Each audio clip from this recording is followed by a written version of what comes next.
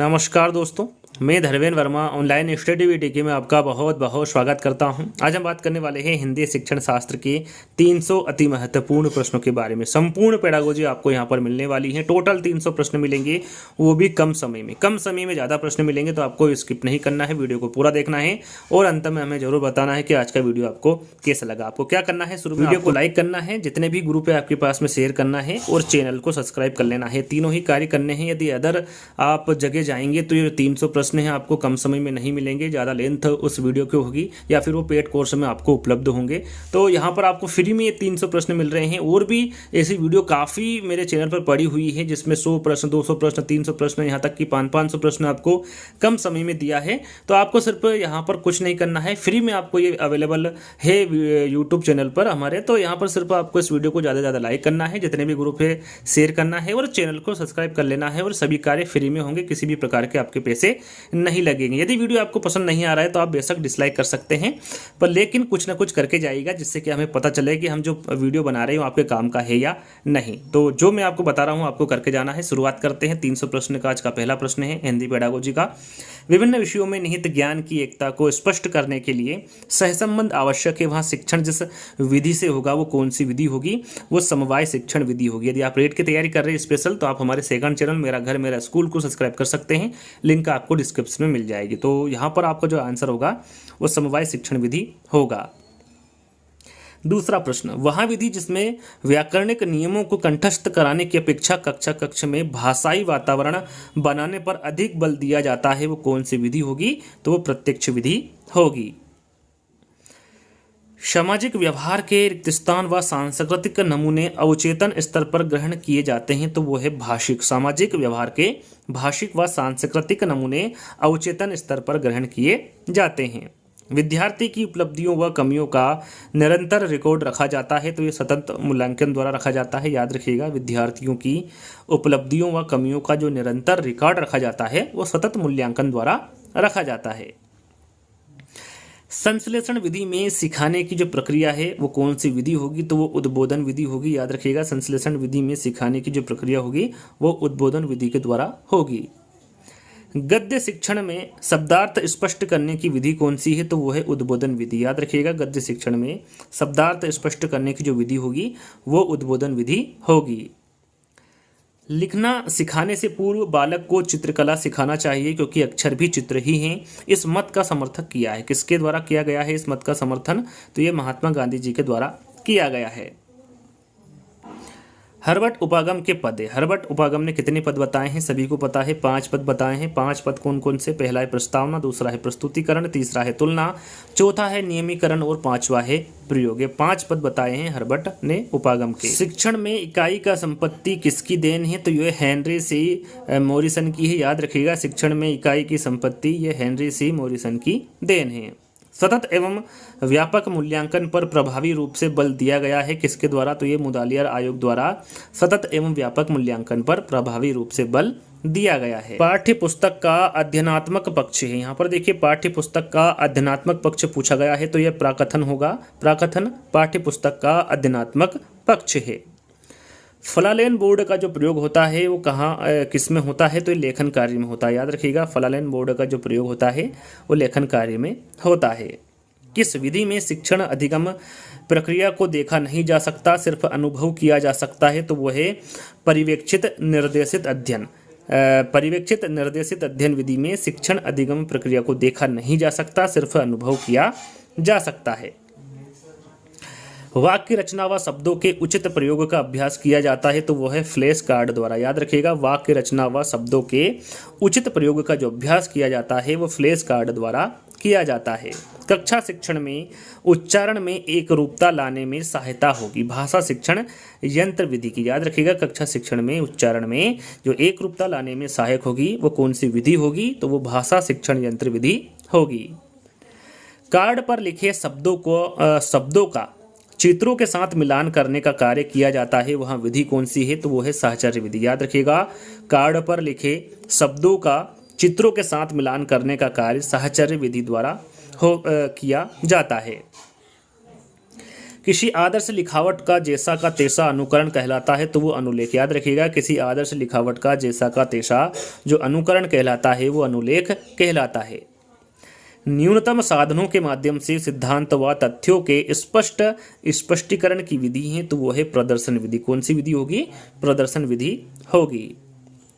वह शिक्षण विधि जिसमें वे अध्यापक शिक्षण करें जो विषयगत योग्यताओं एवं कौशलों की दृष्टि से एक दूसरे से पूरक हो, वो कौन सी विधि होगी? तो वो दल शिक्षण विधि होगी। स्वगति, स्वमूल्यांकन, प्रतिपुष्टि आदि से संबंधित विधि हैं तो यह है अभिक्रमित अनुदेशन विधि। याद रखिएगा, स्वगति, स्वमूल्यांकन और प्रतिपुष्टि आदि से जो संबंधित विधि होगी वो अभिक्रमित अनुदेशन विधि होगी। वैचारिक सामग्री है तो जो वैचारिक सामग्री है उसके अंतर्गत मूल विषय वस्तु होगी। किसके अनुसार भाषा संसार का नादमय चित्र है, ध्वनिमय स्वरूप है, यहाँ विश्व की हृदय तंत्र की झनकार है, किसके स्वर में यहाँ अभिव्यक्ति पाई जाती है? तो ये किसके स्वर में अभिव्यक्ति पाई जाती है? तो ये सुकुमार कवि सुमित्रानंदन पंत के में अभिव्यक्ति ये पाई जाती है।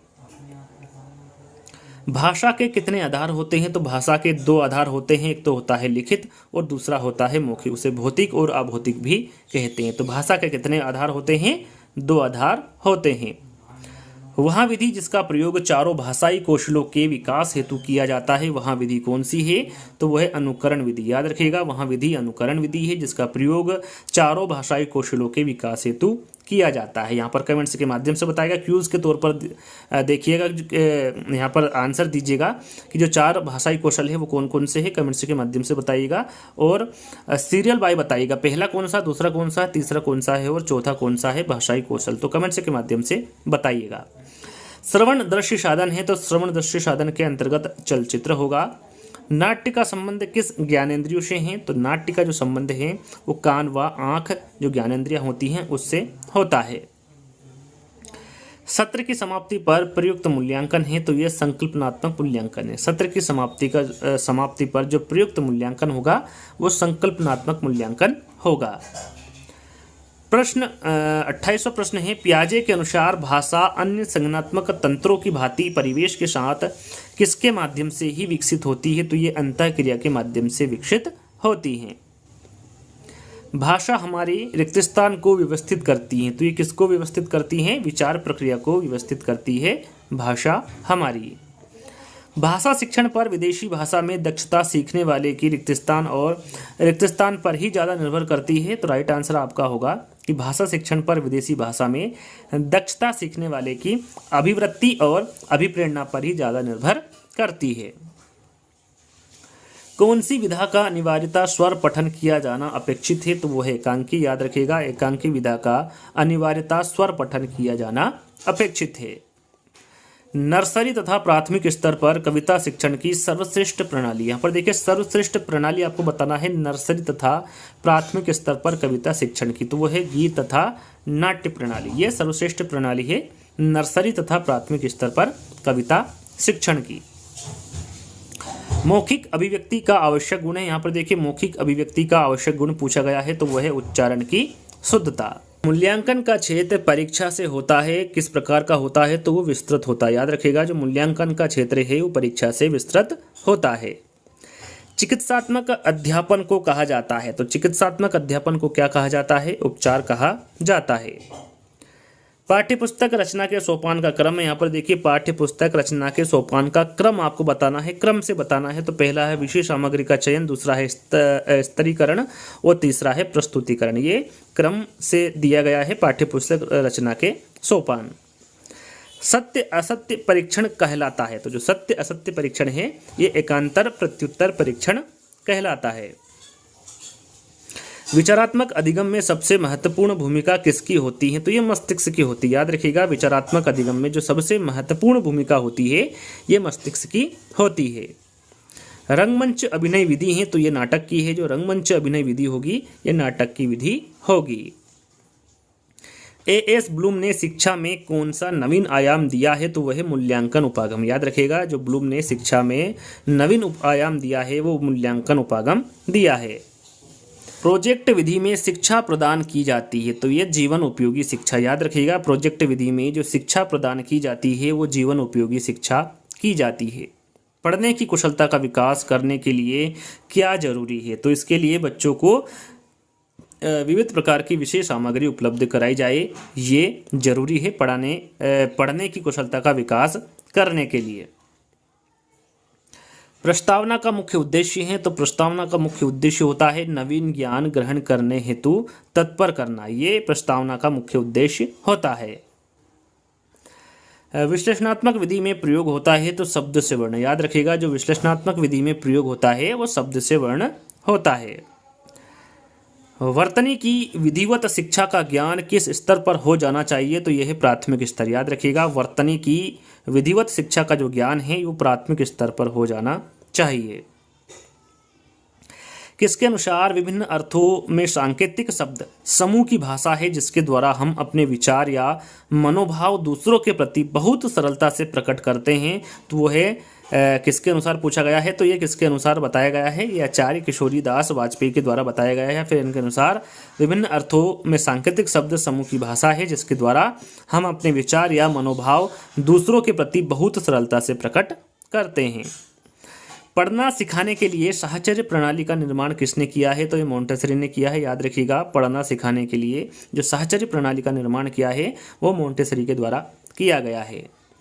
यदि हम चाहते हैं कि विद्यार्थियों की भाषा पर पूरा अधिकार हो तो उन्हें ऐसे लेखकों की रचना पढ़ने को दी जाए जिनका भाषा पर अच्छा अधिकार है। यह कथन किस शिक्षण विधि के संदर्भ में कहा गया है? तो यह कथन भाषा संसर्ग शिक्षण विधि के संदर्भ में कहा गया है। इकाई किसी समस्या या योजना से संबंध जोड़ने वाली क्रियाओं की समग्रता या एकता को प्रकट करती है। इकाई विधि का यहाँ कथन किसका है? तो यहाँ पर जो कथन दिया गया है ये थॉमस एम रिस्क के द्वारा दिया गया कथन है। सूक्ष्म अध्यापन नियंत्रित अभ्यास का सूत्र है जिसमें एक विशिष्ट अध्यापन व्यवहार को नियंत्रित दशाओं में सीखना संभव है।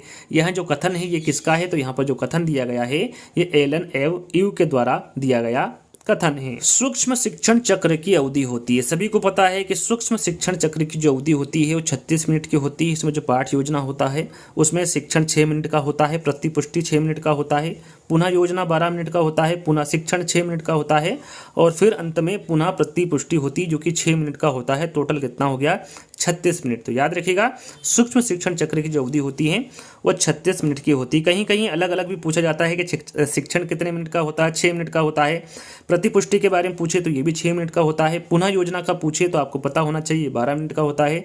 पुनः शिक्षण का पूछे तो ये 6 मिनट का होता है और पुनः प्रतिपुष्टि का पूछे तो ये 6 मिनट का होता है। यानी कि आप देख सकते हैं यहाँ पर शिक्षण, प्रतिपुष्टि, पुनः शिक्षण और पुनः प्रतिपुष्टि ये 6-6 मिनट का होता है, लेकिन जो पुनः योजना है ये 12 मिनट का होता है। इसको आपको ध्यान में रखना है, कहीं कहीं अलग अलग भी पूछा जाता है। अगला प्रश्न, बोलना मनुष्य को पूर्णता तक पहुंचाता है लेकिन लिखना आदमी को परम शुद्ध बनाता है। कौशल के संबंध में यहाँ कथन किसका है? तो यहाँ पर जो कथन दिया गया है ये अरस्तु का कथन है। अनुकरण के कितने प्रकार होते हैं? तो अनुकरण के 3 प्रकार होते हैं। कौन कौन से? लिखित अनुकरण, उच्चारण अनुकरण और रचना अनुकरण। ये 3 प्रकार का अनुकरण होता है। बुलेटिन बोर्ड है, जो बुलेटिन बोर्ड है ये किस प्रकार का बोर्ड है? तो ये दृश्य सामग्री है। याद रखिएगा बुलेटिन बोर्ड एक दृश्य सामग्री है। एक बालक जरूरत से ज्यादा अपने आप को असमर्थ समझ रहा है, वहाँ हीन भावना ग्रंथि से पीड़ित है और आत्मविश्वास खो बैठा है। एक शिक्षक के नाते आप उसका उपचार करेंगे। किस प्रकार करेंगे? तो ये सहानुभूतिपूर्ण व्यवहार से उसका उपचार आप करेंगे एक शिक्षक के नाते। किस शिक्षा शास्त्री के अनुसार स्कूल एक भाग है, अध्यापक एक माली है और बच्चे पौधे के समान है? तो किस शिक्षा शास्त्री के अनुसार है? तो ये फ्रोबेल के अनुसार स्कूल एक भाग है, अध्यापक एक माली है और बच्चे पौधे के समान हैं। लिखित सामग्री को मन ही मन बिना आवाज किए चुपचाप पढ़ना कहलाता है। क्या कहलाता है? तो ये मौन वाचन कहलाता है। याद रखिएगा लिखित सामग्री को मन ही मन बिना आवाज किए चुपचाप पढ़ना मौन वाचन कहलाता है। पठन शिक्षण की दृष्टि से गद्य पाठों के प्रकार है, तो पठन शिक्षण की दृष्टि से गद्य पाठों के प्रकार बताना है तो कितने प्रकार के होते हैं? 2 प्रकार के, गहन एवं सूक्ष्म पाठ या फिर पूरक एवं द्रुत पाठ। ये 2 प्रकार के पठन शिक्षण की दृष्टि से गद्य पाठ होते हैं।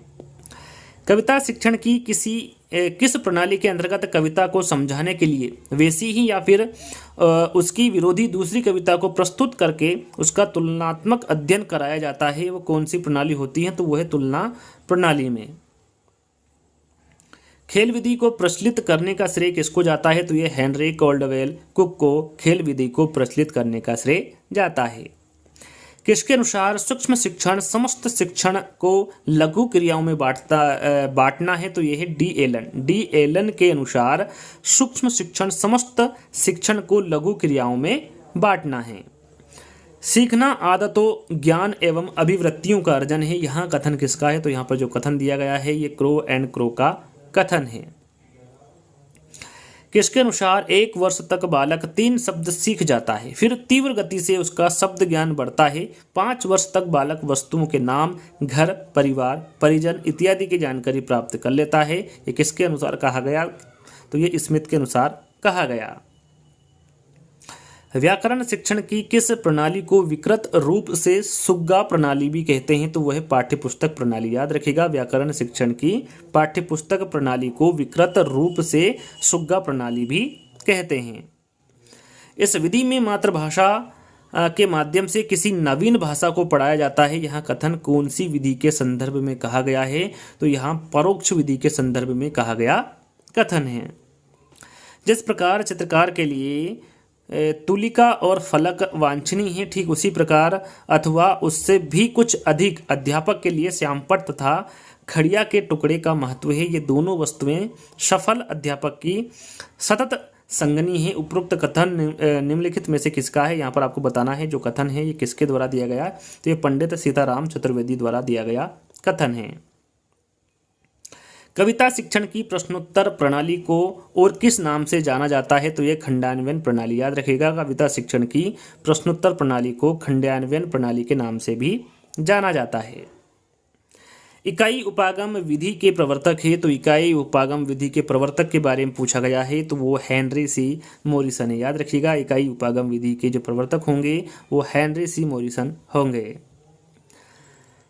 भाषा में निदानात्मक परीक्षण वह परीक्षण है जिसके द्वारा अनुसंधानकर्ता छात्र के भाषागत दोषों को खोजता है जो अपने स्कूल के विषय में सामान्य प्रगति नहीं कर पाते। जो उपरोक्त परिभाषा है ये किसके अनुसार दी गई है, किसके द्वारा कही गई है? तो ये सोनेल के द्वारा दी गई परिभाषा है। लिखाई का कार्य पढ़ाई के कार्य से पूर्व शुरू होना चाहिए क्योंकि लिखाई पढ़ाई की अपेक्षा सरल है। लेखन शिक्षण के संदर्भ में यहाँ मत व्यक्त किया है। किसके द्वारा यहाँ मत व्यक्त किया है? तो ये मॉन्टेसरी के द्वारा मत व्यक्त किया है। किसी बड़ी वस्तु के छोटे नमूने को कहते हैं, तो किसी बड़ी वस्तु के जो छोटे नमूनों को क्या कहते हैं? प्रतिमूर्ति कहते हैं। निगमन विधि का सिद्धांत है, तो जो निगमन विधि का सिद्धांत है ये सामान्य से विशिष्ट की ओर होता है। निगमन विधि का सिद्धांत व्याकरण के माध्यम से भाषा के किस भाग की जानकारी मिलती है? तो वह है नियम। व्याकरण के माध्यम से भाषा के नियम की जानकारी मिलती है। सहायक सामग्री वह सामग्री है जो कक्षा में या अन्य शिक्षण परिस्थितियों में लिखित या बोली गई पाठ्य सामग्री को समझने में सहायता प्रदान करती है। यहाँ शिक्षण अधिगम सामग्री के संदर्भ में किस विद्वान के विचार है? तो यहाँ पर किस विद्वान के विचार है पूछा गया है, तो ये टेंट विद्वान के विचार है। कई बार ऐसा होता है कि शिक्षार्थी शिक्षक के द्वारा पढ़ाई गई विषय वस्तु को समझ नहीं पाते हैं। ऐसी परिस्थिति में शिक्षक को क्या करना चाहिए? तो ऐसी परिस्थिति में शिक्षक को उसे दिए गए विषय को उदाहरण द्वारा समझाना चाहिए। पलक एक शब्द व्याकरण शास्त्र की पुस्तकों को पढ़कर व्याकरण सीखने का प्रयास करती है। उसका यह प्रयास भाषा शिक्षण के किस सिद्धांत को दर्शाता है? तो ये प्रयोग सिद्धांत को दर्शाता है।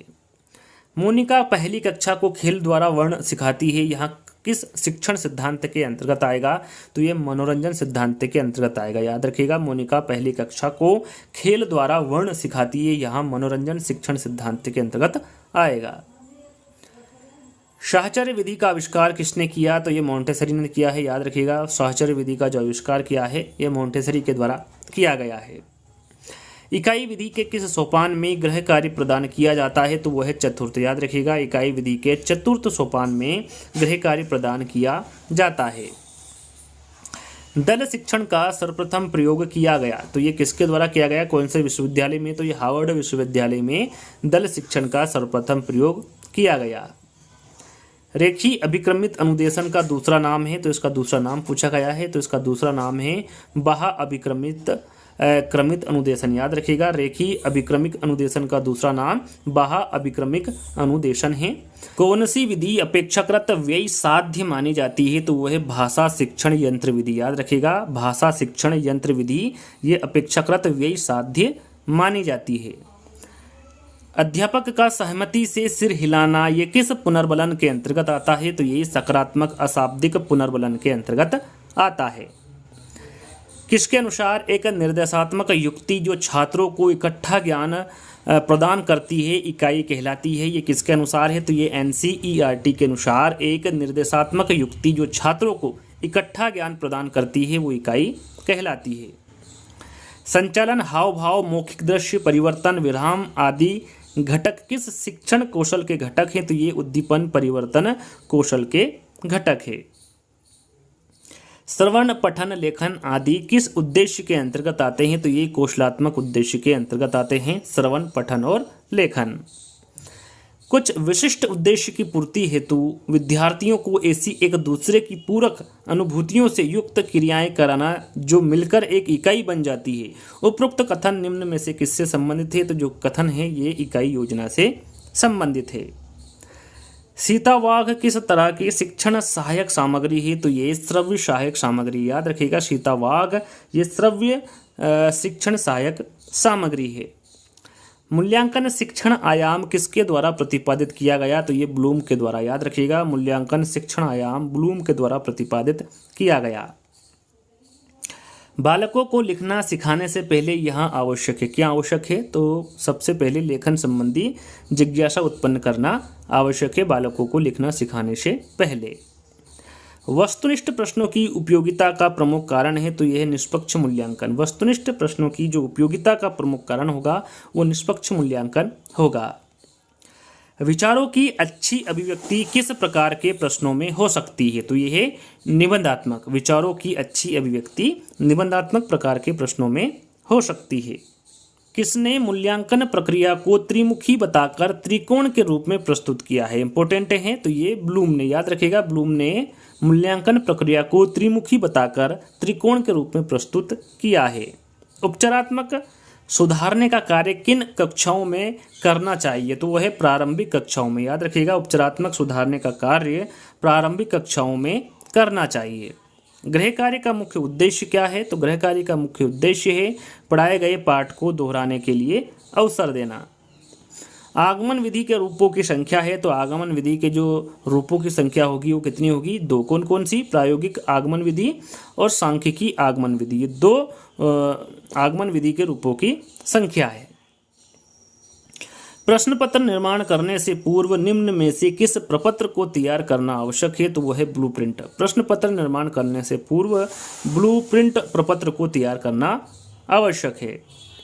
मौखिक अभिव्यक्ति कौशल का विकास करने का सशक्त माध्यम है, तो वह है वाद विवाद। मौखिक अभिव्यक्ति कौशल का जो विकास करने का सशक्त माध्यम होगा वो वाद विवाद विधि होगा। भाषा दक्षता का प्रारंभिक कौशल है, देखिए भाषा दक्षता का प्रारंभिक कौशल पूछा गया है, तो वो है सुनना। भाषा शिक्षक का विशेष अनिवार्य गुण है, तो वह शुद्ध उच्चारण। याद रखिएगा, भाषा शिक्षक का जो विशेष अनिवार्य गुण होता है वो शुद्ध उच्चारण होता है। भावात्मक पक्ष के मापन हेतु उपयुक्त मापनी है, तो वो है अभिवृत्ति मापनी। याद रखिएगा, भावात्मक पक्ष के मापन हेतु जो उपयुक्त मापनी होगी वो अभिवृत्ति मापनी होगी। योजना शिक्षण विधि के प्रवर्तक है, तो यहाँ पर योजना शिक्षण विधि के प्रवर्तक पूछा गया है, तो वो है किलपैट्रिक। किलपैट्रिक योजना शिक्षण विधि के प्रवर्तक है। भाषाई कौशल यथा सुनना, बोलना, पढ़ना एवं लिखना का विकास किस कक्षा तक पूर्ण हो जाना चाहिए, तो यह है कक्षा 5। भाषाई कौशल सुनना, बोलना, पढ़ना एवं लिखना का जो विकास है वो कक्षा 5 तक पूर्ण हो जाना चाहिए। श्रवण कौशल को विकसित करने के लिए उपयुक्त प्रणाली है, तो वह है खेल प्रणाली। याद रखिएगा, श्रवण कौशल को विकसित करने के लिए जो उपयुक्त प्रणाली होगी वो खेल प्रणाली होगी। प्रायोजना विधि में कितने मुख्य सोपान उपयुक्त हैं? तो याद रखिएगा कितने प्रायोजना विधि में कितने मुख्य सोपान उपयुक्त है? तो वो है 6। 6 कौन कौन से आपके सामने है? परिस्थिति का निर्माण, योजना का चयन, योजना निर्माण, योजना का क्रियान्वयन, मूल्यांकन या निर्माण, या फिर छठा है कार्य का लेखा जोखा करना। ये प्रायोजना विधि के 6 मुख्य सोपान है। याद रखिएगा 6 मुख्य सोपानों को भी साथ में। अगला प्रश्न है विशिष्ट से सामान्य का सिद्धांत निम्न में से किस में प्रयोग होता है? तो वो है आगमन विधि। याद रखिएगा विशिष्ट से सामान्य का सिद्धांत आगमन विधि में प्रयोग होता है। सास्वर वाचन का अभ्यास कराने के लिए सबसे उपयुक्त साधन क्या है? तो वो है सामूहिक वाचन। सास्वर वाचन का अभ्यास कराने के लिए जो सबसे उपयुक्त साधन होगा वो सामूहिक वाचन होगा। मौन वाचन कब शुरू करना चाहिए? तो मौन वाचन जो है दोस्तों ये तीसरी कक्षा में शुरू करना चाहिए। साइलेंट रीडिंग किसकी रचना है? तो जो साइलेंट रीडिंग है ये ब्रायन की रचना है। रेडियो की सीमाओं को कौन सा श्रव्य साधन दूर कर सकता है? तो वह है टेप रिकॉर्डर। रेडियो की सीमाओं को टेप रिकॉर्डर श्रव्य साधन दूर कर सकता है। लिग्वाफोन कैसा शिक्षण उपकरण है? तो इसके बारे में तो आपको सभी को पता होगा, ये श्रव्य शिक्षण उपकरण है लिग्वाफोन। जिस उद्देश्य के लिए परीक्षण तैयार किया गया है यदि वहाँ उसकी पूर्ति करता है तो वहाँ कहलाता है, वहाँ क्या कहलाता है? तो वहाँ वेद परीक्षण कहलाता है।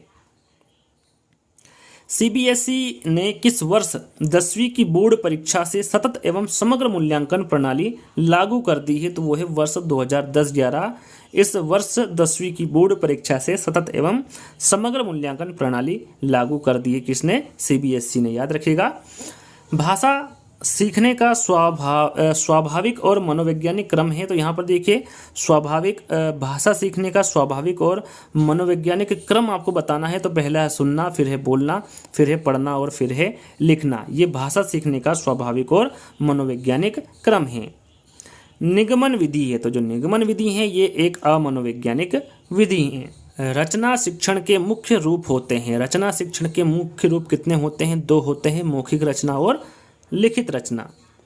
पाठोपरांत मूल्यांकन किसे कहते हैं? तो यहाँ पर पाठ पढ़ाने के बाद का जो मूल्यांकन होता है उसे पाठोपरांत मूल्यांकन कहते हैं। प्रारंभिक अवस्था में बालक भाषा कह सकता है या फिर सीख सकता है? तो ये श्रवण, निरीक्षण और अनुकरण के द्वारा प्रारंभिक अवस्था में बालक भाषा सीख सकता है। अगला प्रश्न, वाक्य विश्लेषण के शिक्षण हेतु उपयुक्त विधि है? तो वह है आगमन विधि। वाक्य विश्लेषण के शिक्षण हेतु जो उपयुक्त विधि होगी वो आगमन विधि होगी।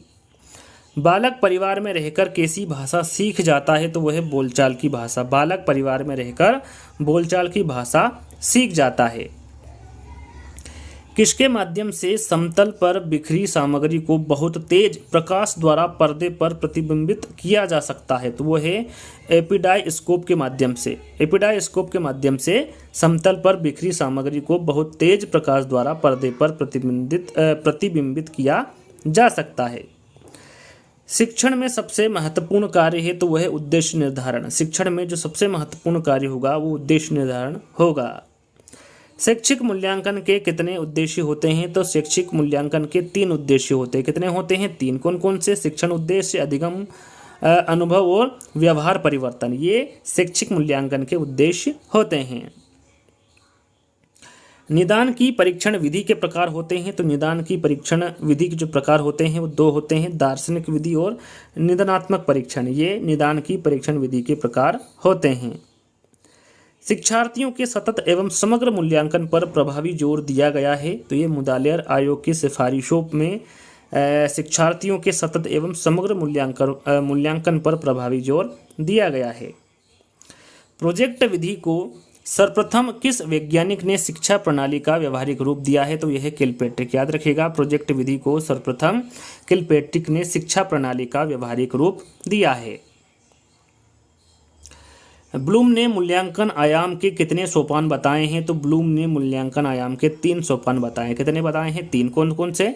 शैक्षिक उद्देश्यों का निर्धारण करना, अधिगम की अनुभव प्रदान करना और व्यवहार परिवर्तन का मूल्यांकन करना। ये 3 सोपान बताए हैं ब्लूम ने मूल्यांकन आयाम के।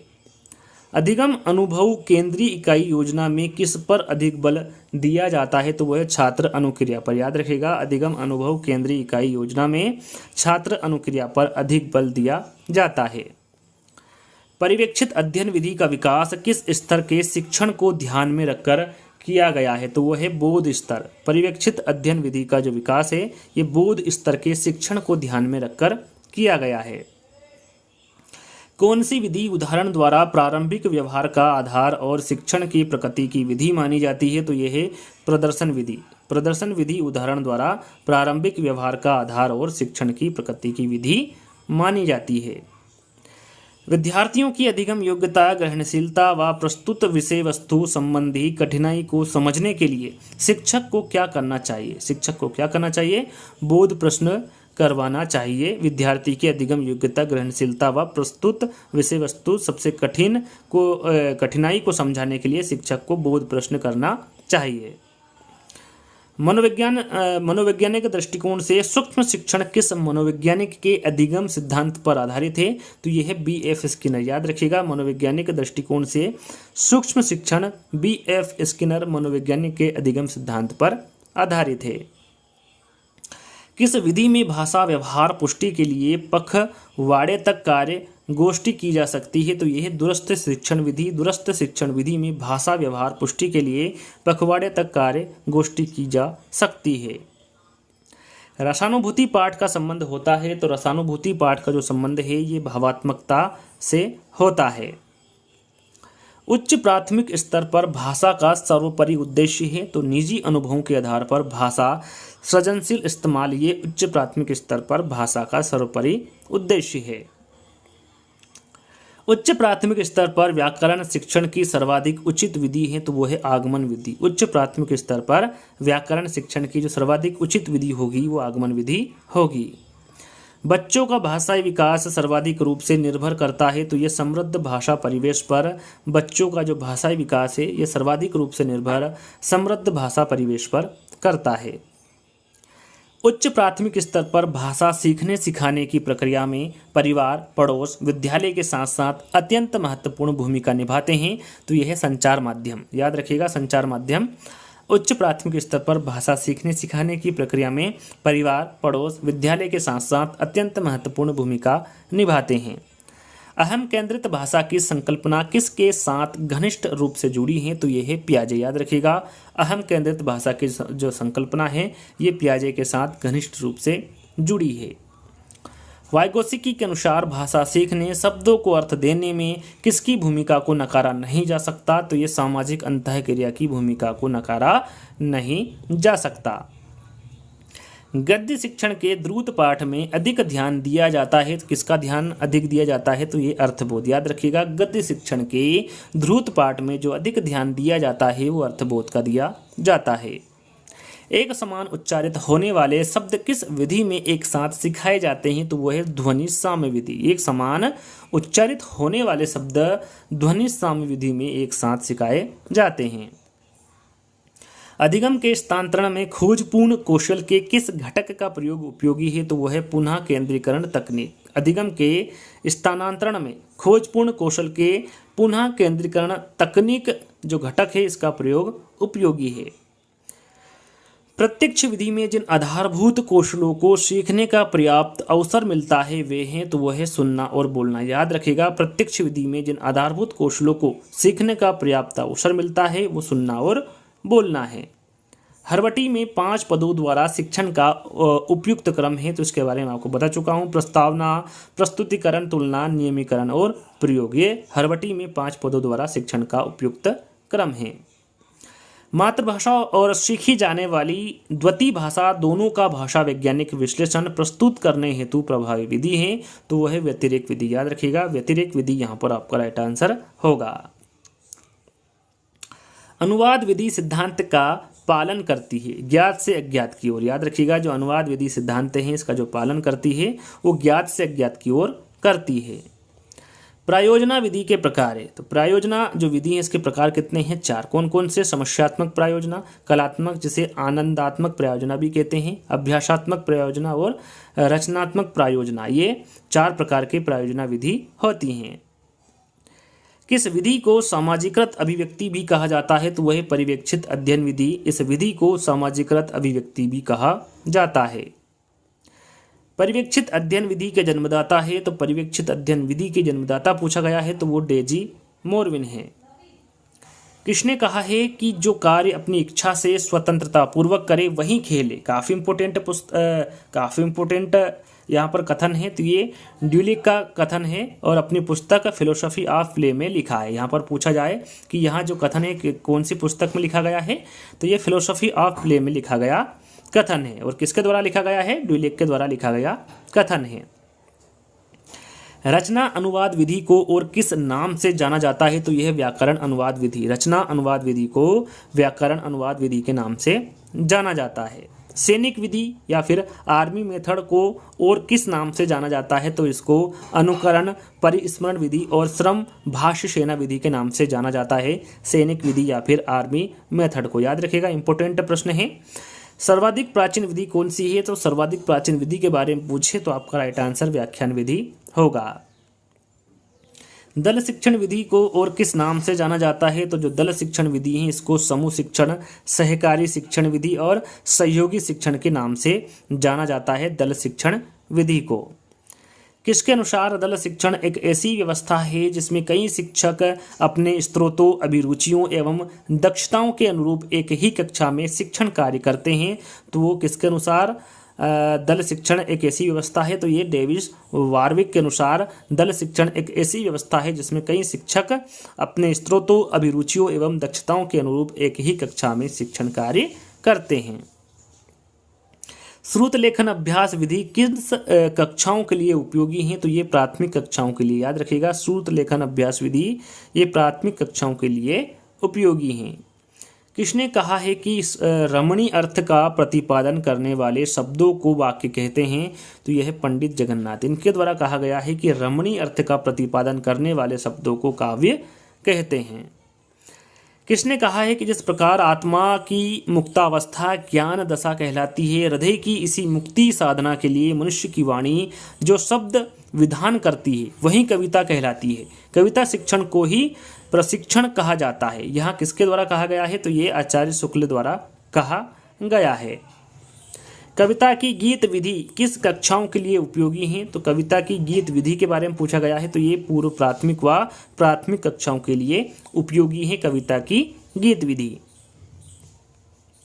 किस विधि की उत्पत्ति दार्शनिक सुकरात की प्रश्नोत्तर विधि से हुई है? तो वो खंड्यान्वयन विधि है, याद रखिएगा। खंड्यान्वयन विधि की उत्पत्ति दार्शनिक सुकरात की प्रश्नोत्तर विधि से हुई है। किस विधि का जन्म सुकरात की समस्या समाधान विधि से हुआ है? तो वो है दंड्यान्वयन विधि, याद रखिएगा। दंडान्वयन जो विधि है इनका जो जन्म है ये सुकरात की समस्या समाधान विधि से हुआ है।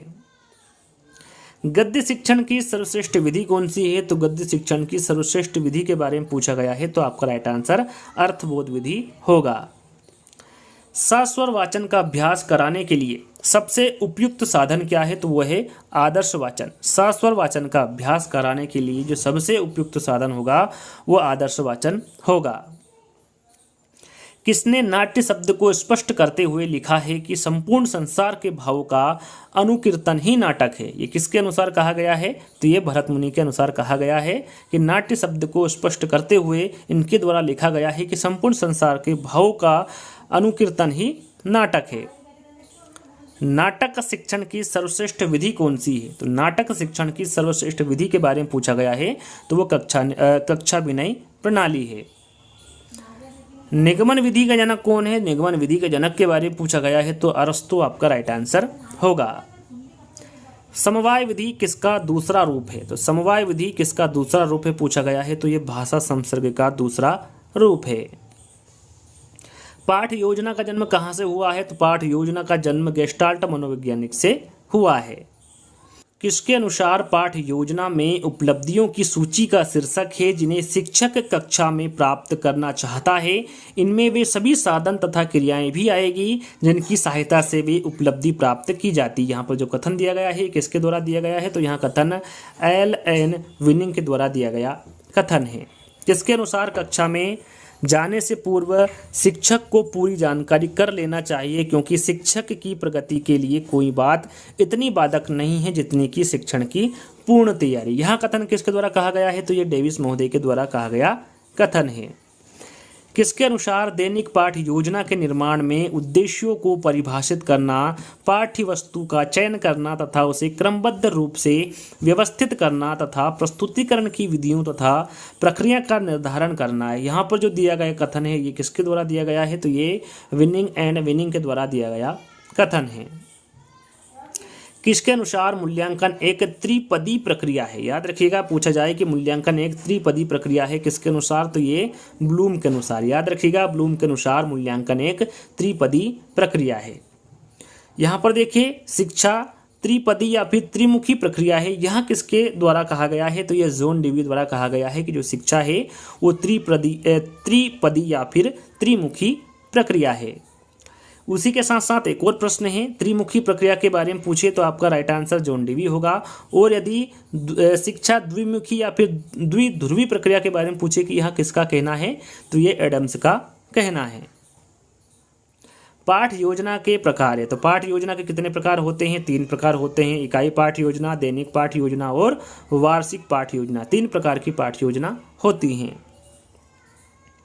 थॉमस एंड रिस्क ने इकाई विधि के कितने सोपान बताएं। यदि पूछे डायरेक्ट कि जो इकाई विधि है उसके कितने सोपान होते हैं, तो मैं आपको बता चुका हूं। यदि पूछे कि थॉमस एंड रिस्क ने इकाई विधि के कितने सोपान बताए हैं, तो उन्होंने कितने सोपान बताए हैं, 3 सोपान, प्रस्तावना, विकास और पूर्ति। ये 3 सोपान थॉमस एंड रिस्क के द्वारा इकाई के बताए गए हैं। हर्बर्ट स्पेंसर ने, देखिए यहाँ पर किसके अनुसार पूछा गया है, ये इंपॉर्टेंट है। हर्बर्ट स्पेंसर के द्वारा पूछा गया है कि इकाई विधि को इन्होंने कितने भागों में या फिर इन्होंने कितने सोपान बताए हैं या फिर कितने भागों में इन्होंने इकाई विधि को विभक्त किया है, तो 5 भागों में इन्होंने इकाई विधि को विभक्त किया है। किसने, हर्बर्ट स्पेंसर ने। कौन कौन से 5 भाग है, तो पूर्ण ज्ञान की खोज, प्रस्तुतिकरण, आत्मीकरण, संगठन और वाचन। ये 5 प्रकार से विभक्त किया गया है हर्बर्ट स्पेंसर ने इकाई विधि को। किसके अनुसार इकाई सार्थक एवं परस्पर संबंधी क्रियाओं की व्यापक संख्या है जिसका विकास स्वरूप में होता है कि बालकों के उद्देश्यों की पूर्ति हो सके, उन्हें महत्वपूर्ण शैक्षिक अनुभव प्रदान किए जा सके और उन्हें वांछित व्यवहार परिवर्तन प्रतिफलित हो सके। यहाँ पर जो दिया गया कथन है ये किसका है, तो ये बोशिंग द्वारा दिया गया कथन है। मॉरिसन ने शिक्षण योजना में कितने सोपानों का अनुसरण किया जाता है मॉरिसन के द्वारा, तो ये 5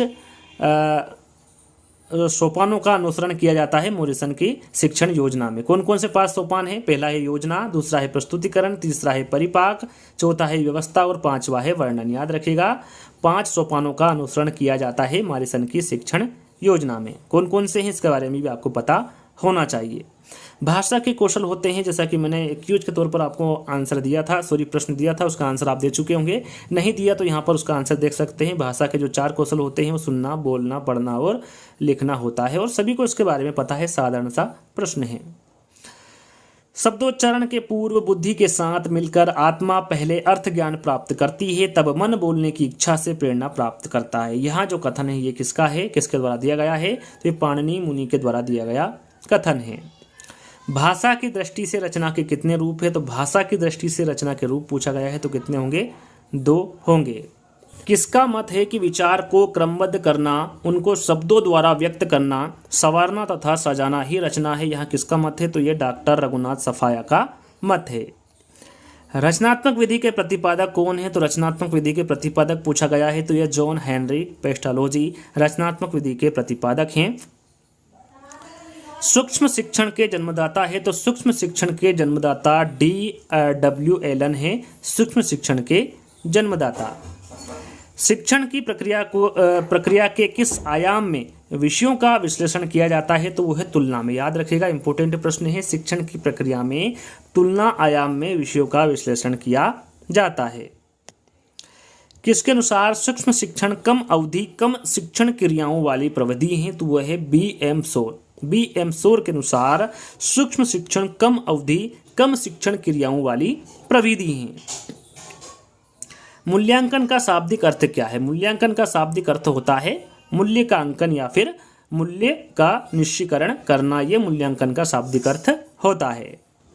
किसके अनुसार मूल्यांकन वह निर्णय या विश्लेषण है जो विद्यार्थी के कार्य की प्राप्त सूचनाओं से निकाला जाता है। यहाँ कथन किसका है, तो ये क्लॉर व स्टार का कथन है। एक समान उच्चारित होने वाले शब्द जिस विधि में एक साथ सिखाए जाते हैं वो कौन सी विधि है? तो वो है ध्वनि साम्य विधि। इसमें एक समान उच्चारित होने वाले शब्द एक साथ सिखाए जाते हैं। मूल्यांकन वह पद्धति है जिसके द्वारा हम पूर्व निर्धारित उद्देश्यों, ध्येयों तथा लक्ष्यों की प्राप्ति की मात्रा को निर्धारित करते हैं। यह एक ऐसी प्रक्रिया है जिसके द्वारा शिक्षण में मूल्य तथा उद्देश्यों के मध्य तुलना की जाती है। यहाँ परिभाषा किसके द्वारा दी गई है? तो ये जेरोली मेक के द्वारा दी गई परिभाषा है। अधिगम के स्थानांतरण में खोजपूर्ण कौशल के किस घटक का प्रयोग उपयोगी है? तो वह है पुनः केंद्रीकरण तकनीक। अधिगम के स्थानांतरण में खोजपूर्ण कौशल के लिए पूर्ण केंद्रीकरण तकनीक का प्रयोग उपयोगी है। प्रत्यक्ष विधि में जिन आधारभूत कौशलों को सीखने का पर्याप्त अवसर मिलता है वहाँ क्या है? तो वहाँ सुनना और बोलना है। किसके अनुसार मूल्यांकन का आधार शैक्षिक उद्देश्य है? तो यह है ब्लूम के अनुसार मूल्यांकन का आधार शैक्षिक उद्देश्य हैं। किसके अनुसार मूल्यांकन का आधार शिक्षण उद्देश्य है? तो ये हर्बर्ट स्पेंसर, याद रखिएगा, इनके अनुसार मूल्यांकन का आधार शिक्षण उद्देश्य है। मातृभाषा और सीखी जाने वाली द्वितीय भाषा दोनों की भाषा वैज्ञानिक विश्लेषण प्रस्तुत करने हेतु प्रभावी विधि है। वो कौन सी विधि है? तो ये व्यतिरेक विधि है। निबंधात्मक परीक्षाओं में कौन सी परीक्षाएं अधिक विश्वसनीय होती हैं? तो वह है वस्तुनिष्ठ परीक्षाएं, याद रखिएगा। निबंधात्मक परीक्षाओं में वस्तुनिष्ठ परीक्षाएं अधिक विश्वसनीय होती हैं। अनुवाद विधि सिद्धांत का पालन करती हैं। तो ये ज्ञात से अज्ञात की ओर, याद रखिएगा, अनुवाद विधि सिद्धांत का जो पालन करती है वो ज्ञात से अज्ञात की ओर करती है। संस्कृत भाषा शिक्षण हेतु मूल्यांकन को कितने भागों में बांटा गया है? तो 2 भागों में, याद रखिएगा, पाठांतर्गत मूल्यांकन और पाठोपरांत मूल्यांकन। ये 2 भागों में बांटा गया है संस्कृत भाषा शिक्षण हेतु मूल्यांकन को। किस मूल्यांकन में पाठ के बीच बीच में शिक्षक बोध प्रश्नों द्वारा मूल्यांकन करता है, जिसके अंतर्गत उच्चारण, वाक्य प्रयोग एवं शब्द बोध का पता लगता है? तो वो है पाठांतर्गत मूल्यांकन। दूसरा मूल्यांकन मैंने आपको बताया था पाठोपरांत मूल्यांकन, वो इसी प्रश्न में दिया गया है कि किस मूल्यांकन में शिक्षक पुनरावृत्ति प्रश्नों द्वारा मूल्यांकन करता है, जिसके अंतर्गत वस्तुनिष्ठ प्रश्न, लघु उत्तरात्मक एवं निबंधात्मक प्रश्न होते हैं। वो कौन सा मूल्यांकन है? तो वो पाठोपरांत मूल्यांकन है। हिंदी भाषा हेतु मूल्यांकन को कितने भागों में बांटा गया है? तो हिंदी भाषा हेतु मूल्यांकन को 2 भागों में बांटा गया है। कौन कौन से आपके सामने हैं? परिमाणात्मक प्रविधियां और दूसरा है गुणात्मक प्रविधियां। ये 2 भागों में बांटा गया है हिंदी भाषा हेतु मूल्यांकन को। मूल्यांकन में कौन सी प्रविधियां अधिक उपयोगी, विश्वसनीय तथा वैध होती हैं? इन्हें प्राचीन विधियां भी कहा जाता है। तो ये कौन सा मूल्यांकन में कौन सी प्रविधि होती हैं? तो ये है परिमाणात्मक प्रविधियां, जो कि अधिक उपयोगी, विश्वसनीय तथा वैध होती हैं। इन्हें प्राचीन विधियां भी कहा जाता है। परिमाणात्मक प्रविधियां कितने प्रकार की होती हैं? तो जो परिमाणात्मक प्रविधियां हैं ये 3 प्रकार की होती है। कितने प्रकार की? 3 प्रकार की। मौखिक परीक्षा, लिखित परीक्षा और प्रायोगिक परीक्षा। याद रखिएगा ये कितने प्रकार की होती हैं? 3 प्रकार की। कौन सी विधि उदाहरण द्वारा प्रारंभिक व्यवहार का आधार और शिक्षण की प्राकृतिक विधि मानी जाती है? तो वह है प्रदर्शन विधि। याद रखिएगा, प्रदर्शन विधि उदाहरण द्वारा प्रारंभिक व्यवहार का आधार और शिक्षण की प्राकृतिक विधि मानी जाती है। विद्यार्थियों की अधिगम योग्यता, ग्रहणशीलता व प्रस्तुत विषय वस्तु संबंधी कठिनाई को समझने के लिए शिक्षक को क्या करना चाहिए? तो बोध प्रश्न को करवाना चाहिए। विद्यार्थियों की अधिगम योग्यता, ग्रहणशीलता व प्रस्तुत विषय वस्तु संबंधी कठिनाई को समझने के लिए। किस परीक्षा के द्वारा छात्रों की विचाराभिव्यक्ति, कल्पना शक्ति का परीक्षण किया जा सकता है? तो वो है लिखित परीक्षा। लिखित परीक्षा के द्वारा छात्रों की विचाराभिव्यक्ति, कल्पना शक्ति का परीक्षण किया जा सकता है। लिखित परीक्षा कितने प्रकार की होती है? तो लिखित परीक्षा 2 प्रकार की होती है। एक होती है वस्तुनिष्ठ परीक्षा और दूसरी होती है निबंधात्मक परीक्षा। ये 2 प्रकार की लिखित परीक्षा होती हैं। मनोवैज्ञानिक दृष्टिकोण से सूक्ष्म शिक्षण किस मनोवैज्ञानिक के अधिगम सिद्धांत पर आधारित है? तो यह है B.F. स्किनर। याद रखिएगा, B.F. स्किनर के दृष्टिकोण से सूक्ष्म शिक्षण अधिगम सिद्धांत पर आधारित है। किस परीक्षा का प्रयोग बालक के विषय ज्ञान की उपलब्धि, सत्यासत्य एवं तथ्य ज्ञान हेतु किया जाता है? तो वह है वस्तुनिष्ठ परीक्षा। वस्तुनिष्ठ परीक्षा का प्रयोग बालक की विषय ज्ञान की उपलब्धि, सत्य एवं तथ्य ज्ञान हेतु किया जाता है। किस परीक्षाओं का आयोजन आंतरिक मूल्यांकन के लिए किया जाता है? तो वह है गुणात्मक परीक्षाएं। गुणात्मक परीक्षाओं का आयोजन आंतरिक मूल्यांकन के लिए किया जाता है। गुणात्मक परीक्षाएं कितने प्रकार की होती हैं? तो गुणात्मक परीक्षाएं 5 प्रकार की होती हैं। कौन कौन सी? संचयी आलेख, निरीक्षण, एनेक्डोटल आलेख, जांच सूची, रेटिंग स्केल या फिर क्रम निर्धारण मान। ये गुणात्मक परीक्षाएं 5 प्रकार की होती हैं। कौन कौन सी होती हैं ये आपके सामने है। अगला प्रश्न, सतत एवं व्यापक मूल्यांकन का मुख्य उद्देश्य क्या है? तो सतत एवं व्यापक मूल्यांकन का जो मुख्य उद्देश्य होता है वो बालक के सभी पक्षों का मूल्यांकन करना है जो वहाँ विद्यालय में उपस्थित हो। किसके अनुसार शिक्षण निर्मित परीक्षणों में बहुत कम विश्वसनीयता होती है? तो ये किसके अनुसार कहा गया है? तो ये एलिस महोदय के अनुसार कहा गया है कि शिक्षण निर्मित परीक्षणों में बहुत कम विश्वसनीयता होती है। उपचार शब्द से अभिप्राय, यहाँ पर उपचार शब्द से अभिप्राय बताना है। तो इलाज या समस्या को दूर करना, ये उपचार शब्द का अभिप्राय होता है। भाषा है, भाषा क्या है? तो भाषा एक अर्जित संपत्ति है। भाषा शिक्षण में बहुमुखी प्रयास का अभिप्राय है। तो भाषा शिक्षण में जो बहुमुखी प्रयास का अभिप्राय होगा वो सभी विषयों के शिक्षण में भाषा पर बल देना होगा। अनुकरण विधि रचना के लिए उपयुक्त है। तो अनुकरण विधि रचना के जो लिए उपयुक्त होगा वो प्रारंभिक स्तर होगा। विद्यार्थियों में भाषा के प्रति रुचि के विकास में किस प्रणाली की भूमिका सबसे अधिक है? तो वह है अवलोकन। याद रखिएगा, विद्यार्थियों में भाषा के प्रति रुचि के विकास में अवलोकन प्रणाली की भूमिका सबसे अधिक है। श्रुतलेख में किस कौशल का अधिक विकास होता है? तो वह श्रवण कौशल। श्रुतलेख में श्रवण कौशल का अधिक विकास होता है। मूल्यांकन उपयोगी है। तो मूल्यांकन विद्यार्थी की प्रगति जानने के लिए उपयोगी है। यदि कोई विद्यार्थी अशुद्ध लिखता है तो आप क्या उपचार करेंगे? तो आप उपचारात्मक शिक्षण का उपचार करेंगे यदि कोई विद्यार्थी अशुद्ध लिखता है तो। भाषा शिक्षण की सूत्र विधि का मूल स्रोत कौन सी भाषा है? तो वो है संस्कृत। याद रखिएगा, भाषा शिक्षण की सूत्र विधि का जो मूल स्रोत होगा वो संस्कृत भाषा होगा। लेखन और उच्चारण के लिए अनुकरण विधि उपयोगी है। तो यह है प्रारंभिक स्तर पर। याद रखिएगा, लेखन और उच्चारण के लिए जो अनुकरण विधि उपयोगी है ये प्रारंभिक स्तर पर उपयोगी हैं। प्रारंभिक स्तर पर वाचन का मुख्य उद्देश्य है। तो वह है शुद्ध उच्चारण क्षमता का विकास करना। याद रखिएगा, प्रारंभिक स्तर पर वाचन का जो मुख्य उद्देश्य होगा वो शुद्ध उच्चारण क्षमता का विकास करना होगा। उच्चारण कौशल की परीक्षा किससे ली जा सकती है? तो यह है मौखिक परीक्षा। उच्चारण कौशल की परीक्षा मौखिक परीक्षा से ली जा सकती है। उच्चारण शिक्षण में नहीं होना चाहिए तो उपहास। याद रखिएगा, उच्चारण शिक्षण में उपहास नहीं होना चाहिए। सामान्य से विशिष्ट का सिद्धांत किस में प्रयोग होता है? तो ये निगमन विधि में। याद रखिएगा, सामान्य से विशिष्ट का सिद्धांत निगमन विधि में प्रयोग होता है। परीक्षण की वास्तविक रचना से पूर्व उसकी प्रारंभिक जांच कर लेनी चाहिए। इस प्रारंभिक जांच को कहते हैं। तो इस प्रारंभिक जांच को क्या कहते हैं? इस प्रारंभिक जांच को पायलट स्टडी कहते हैं। अधिगम की संपूर्णता होती है तो ये इकाई योजना में। याद रखिएगा, अधिगम की संपूर्णता इकाई योजना में होती हैं। लेखन कला का विकास होता है। तो लेखन कला का जो विकास होता है ये अभ्यास से होता है। हिंदी शिक्षण में उपलब्धि की जांच की जा सकती है। तो ये उपलब्धि परीक्षण से। याद रखिएगा, हिंदी शिक्षण में उपलब्धि की जांच उपलब्धि परीक्षण से की जा सकती है। भाषा की शिक्षा दी जाती है तो ये अर्थग्रहण और अभिव्यक्ति के लिए। याद रखिएगा, भाषा की जो शिक्षा है ये अर्थग्रहण और अभिव्यक्ति के लिए दी जाती है। व्याकरण अनुवाद विधि को किस नाम से भी जाना जाता है? तो व्याकरण अनुवाद विधि को भंडारक विधि के नाम से भी जाना जाता है। लेखन क्रिया के शिक्षण का आरंभ होता है तो सीधी रेखाओं से। याद रखिएगा, इंपॉर्टेंट है, लेखन क्रिया के शिक्षण का जो आरंभ होता है वो सीधी रेखाओं से होता है। ध्रुत पाठ है। तो जो ध्रुत पाठ है ये कविता का एक अध्ययन है। शब्द भंडार में वृद्धि के लिए सर्वाधिक उपयुक्त है तो यह है गद्य शिक्षण। याद रखिएगा, शब्द भंडार में वृद्धि के लिए जो सर्वाधिक उपयुक्त होगा वो गद्य शिक्षण होगा।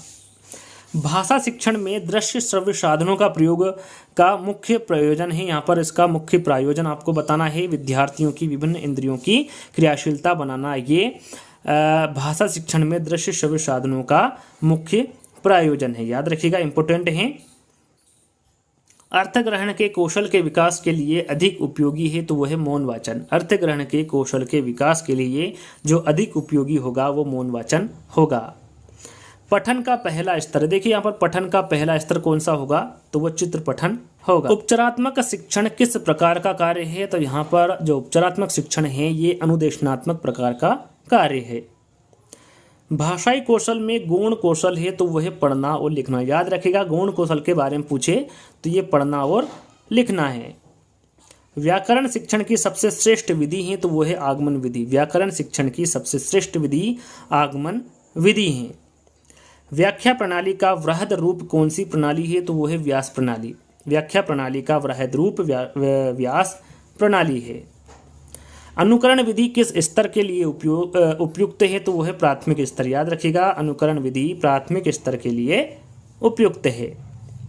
शिक्षण विधि में तकनीकी साधनों का प्रयोग किया जाता है तो वह है दूरस्थ विधि, दूरस्थ विधि याद रखिएगा शिक्षण विधि में तकनीकी साधनों का प्रयोग दूरस्थ विधि में किया जाता है।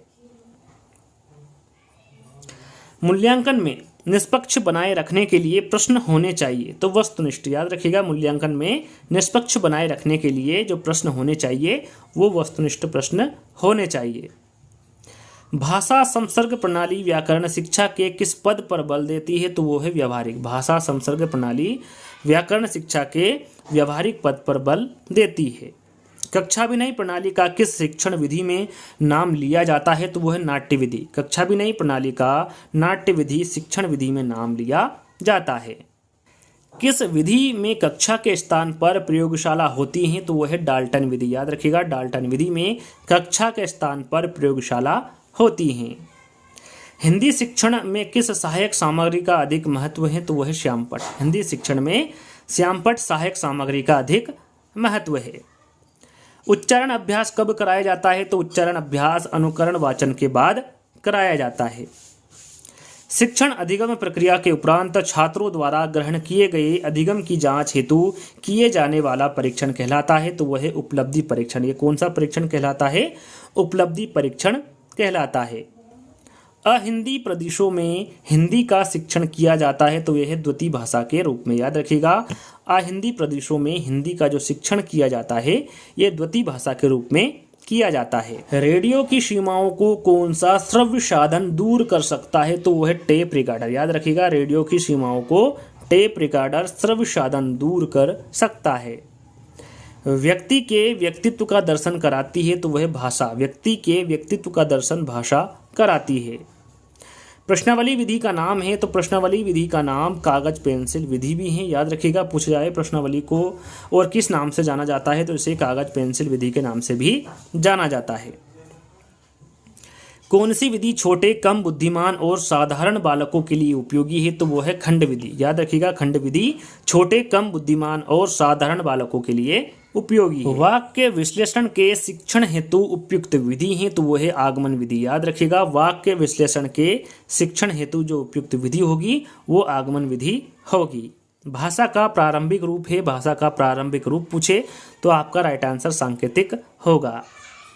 पैनल चर्चा में जिस भूमिका की आवश्यकता नहीं है वो वहाँ है, तो पैनल चर्चा में जिस भूमिका की आवश्यकता नहीं होती है वहाँ क्या है, वहाँ अध्यापक है।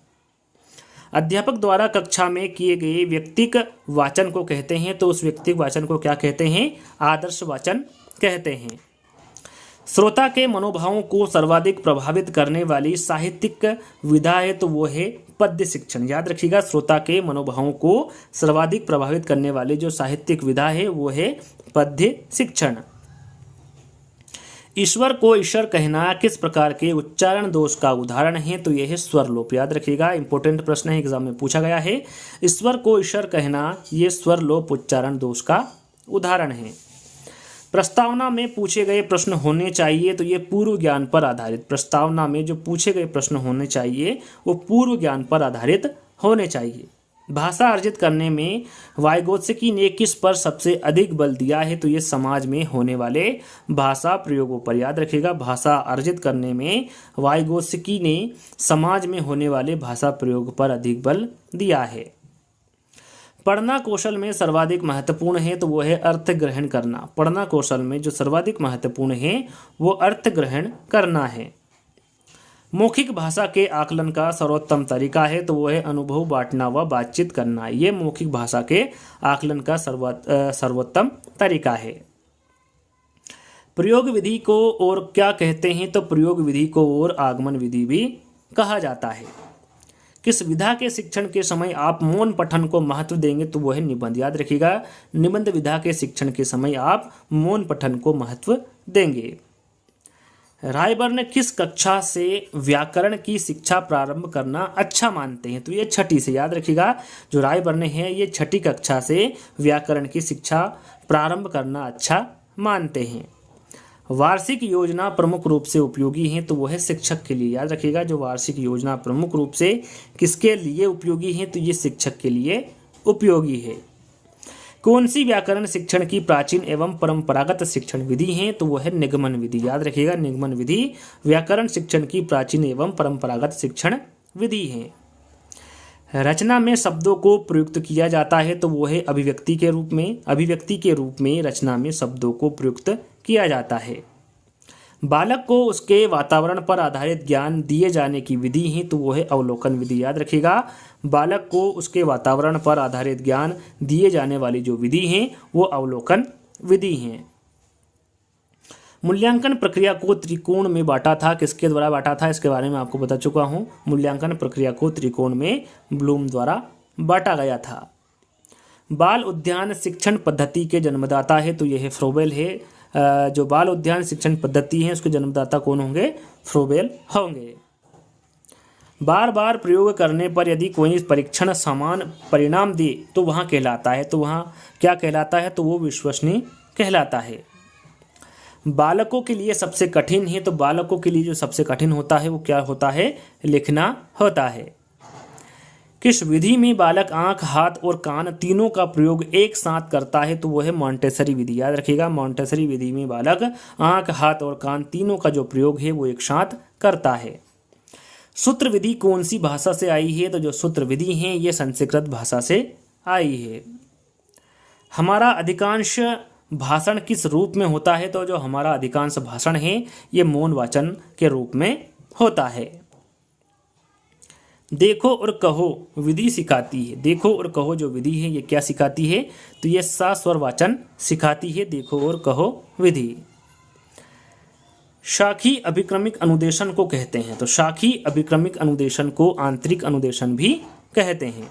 सभी को शिक्षा के समान अवसर के नियम पर आधारित शिक्षा प्रणाली है? तो वो है दूरस्थ शिक्षण पद्धति। याद रखिएगा, सभी को शिक्षा के समान अवसर के नियम पर आधारित जो शिक्षा प्रणाली है या फिर शिक्षा पद्धति है वो दूरस्थ शिक्षण पद्धति है।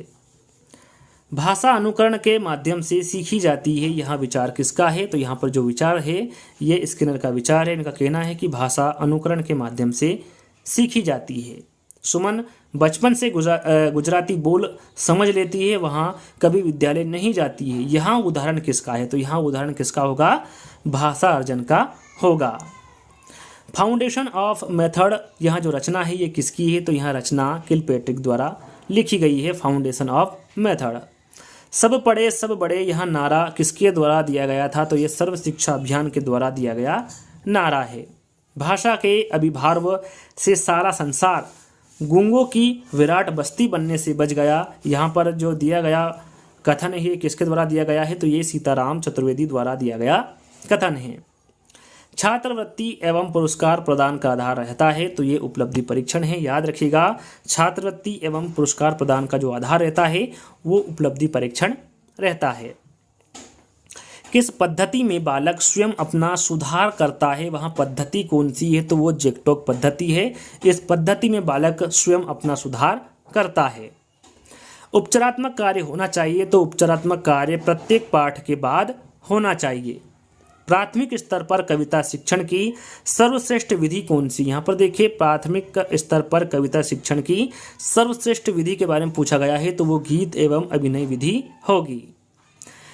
खंडान्वयन विधि का दूसरा नाम है? देखिए, खंडान्वयन विधि का दूसरा नाम पूछा गया है, तो इसका दूसरा नाम होता है प्रश्नोत्तर विधि। अंतिम प्रश्न है, जैसा कि मैंने आपको बताया था कि टोटल आपको इस वीडियो के माध्यम से 300 प्रश्न मिलेंगे। अभी तक आपने वीडियो को लाइक नहीं किया है तो आपको लाइक करना है, जितने भी ग्रुप पे शेयर करना है और चैनल को सब्सक्राइब कर लेना है। तीनों कार्य कर लेना है, अभी तक आपने नहीं किए हो तो। यहाँ पर अंतिम प्रश्न है हमारा, भाषा वह साधन है जिसके द्वारा मनुष्य अपने विचार दूसरों तक भली भांति प्रकट कर सकता है। यहाँ कथन किसका है? तो ये कामता प्रसाद गुरु का कथन है कि भाषा वह साधन है जिसके द्वारा मनुष्य अपने विचार दूसरों तक भली भांति प्रकट कर सकता है। तो आज का जो वीडियो है दोस्तों यहीं पर समाप्त होता है। आज का वीडियो आपको कैसा लगा आपको कमेंट्स के माध्यम से बताना है। अच्छा लगे तो आपको सभी को पता है क्या करना है, वीडियो को लाइक करना है, शेयर करना है और चैनल को सब्सक्राइब कर लेना है। तो जल्दी ही दोस्तों एक नई वीडियो के साथ मिलेंगे, जब तक के लिए धन्यवाद।